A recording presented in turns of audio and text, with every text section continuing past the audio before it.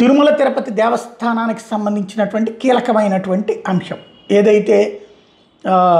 ఇప్పుడు తాజాగా రాజు అనేటటువంటి బోర్డు సభ్యుడు ప్లస్ శాసనసభ్యుడు కూడా ఆయన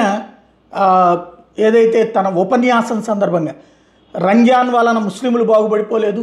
భగవద్గీత వల్ల హిందువులు బాగుపడిపోలేదు, అంబేద్కర్ వల్ల మాత్రమే ప్రజలందరూ బాగుపడ్డారు అన్నటువంటి స్టేట్మెంట్ అది పెద్ద ఎత్తున వైరల్ అవుతూ టీటీడీ మెంబర్ అయ్యి ఉండి భగవద్గీత మీద వ్యతిరేకంగా ఎట్లా మాట్లాడుతూ ఉంటూ విశ్వ హిందూ పరిషత్ ఆందోళనకు పిలుపునివ్వడం, అదే సందర్భంలో ఆయన చేత క్షమాపణ చెప్పించాలంటాం, రాజీనామా చేయించమని డిమాండ్ చేయడం, ఇదే సందర్భంలో మరొక ట్రస్ట్ బోర్డు సభ్యుడైనటువంటి భానుప్రకాష్ రెడ్డి అదే డిమాండ్ చేయడం, అదే సందర్భంలో ఎవరైతే రమేష్ నాయుడు భారతీయ జనతా పార్టీ రాష్ట్ర కార్యదర్శి ఆయన తీవ్ర ఆగ్రహం వ్యక్తం చేయడం, వీటన్నిటి తర్వాతన ఇప్పుడు రాజు ఒక స్టేట్మెంట్ ఇచ్చారు. తాను మాట్లాడింది అంబేద్కర్ గారిని ఉద్దేశించి మాట్లాడాను తప్పించి వేరే ఉద్దేశమేం లేదు, దళిత హిందువుని నేను బాధ్యతాయుతంగా మాట్లాడతాను, కరుణాకర్ రెడ్డి లాగా క్రిస్టియన్ ఇంట్లో పెట్టుకుని మాట్లాడేవాడిని కాదు, లేదా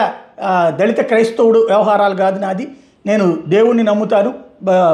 వెంకటేశ్వర స్వామిని నమ్ముతాను అంటూ ఈ విషయంలో ఎవరి మనోభావాలన్నా గాయపడితే క్షమించండి అంటూ ఒక వీడియో రిలీజ్ చేశారు. కాకపోతే ఇందులో వైఎస్ఆర్ కాంగ్రెస్ పార్టీ కుట్ర పన్నుతోందన్నటువంటి ఏది వరదల మీద సహాయక చర్యల్ని డైవర్ట్ చేయడానికి ఎట్లా పన్నుతోందన్నటువంటి స్టేట్మెంట్ ఇచ్చుకొచ్చారు.